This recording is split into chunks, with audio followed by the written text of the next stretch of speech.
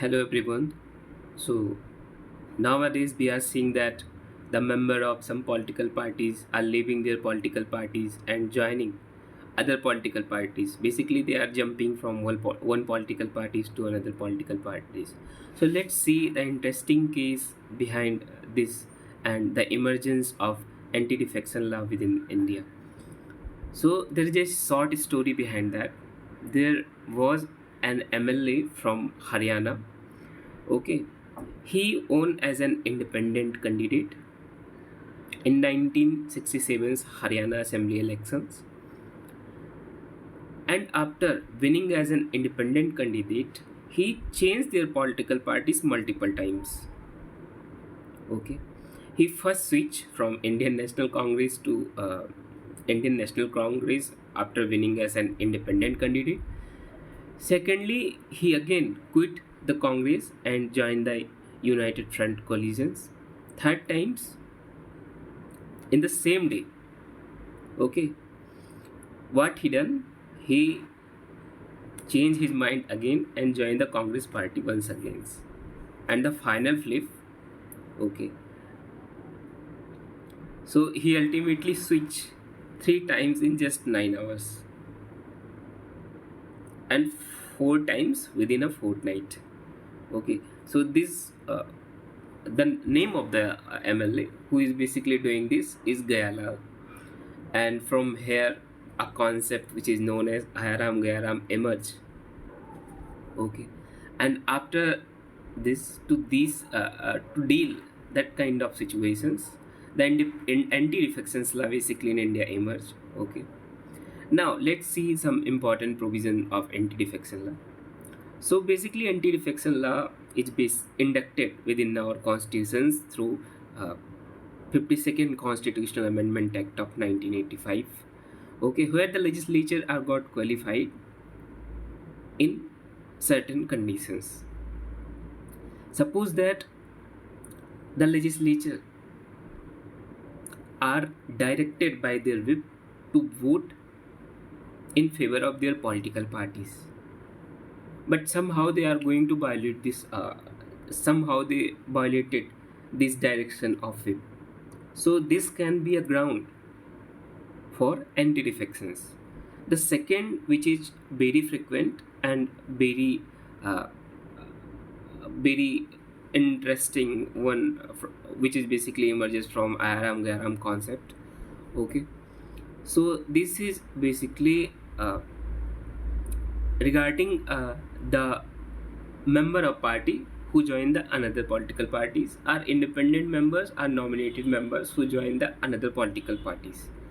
Okay, so suppose that someone belongs to a party A. Okay, and what they are basically doing, they resign from their political parties by publicly defying their parties with. Okay, and they are going to engage with another political parties, or they are basically doing anti-party activities. So this can be the ground of the defections. The members are subjected to defections. Now it's depend on the political party what they are basically trying to do.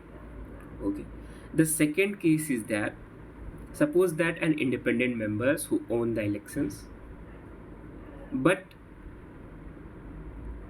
he join any political parties.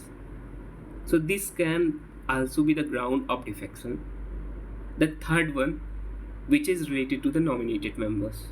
Now suppose that a member is nominated for legislature and he joined a political parties after 6 months. That means if the nominated members are going to join the political parties within 6 months, this can never be the ground for the anti-defections. The problem is arises when the members are going to join the another political parties after the 6 month. Okay, and who is basically going to decide the case of anti-defection? So here the decision of the speaker or chairman is the final. Speaker basically in Lok Sabha, state legislative assembly, and chairman is basically Rajya Sabha and state legislative councils. Okay, now to deal with one important case. Okay, what if uh,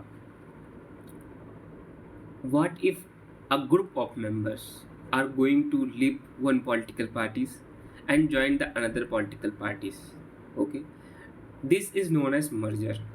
When a limited there is a limit after which when the group of members are going to join another political parties, so they are basically saved from anti-defections law.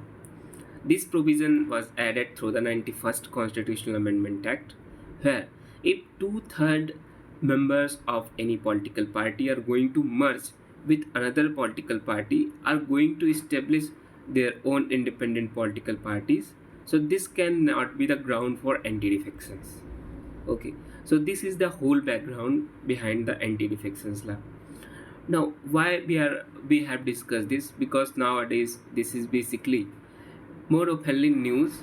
Okay, uh, the recent cases which is related to the West Bengal, the cases related to the Delhi Aam Aadmi Party.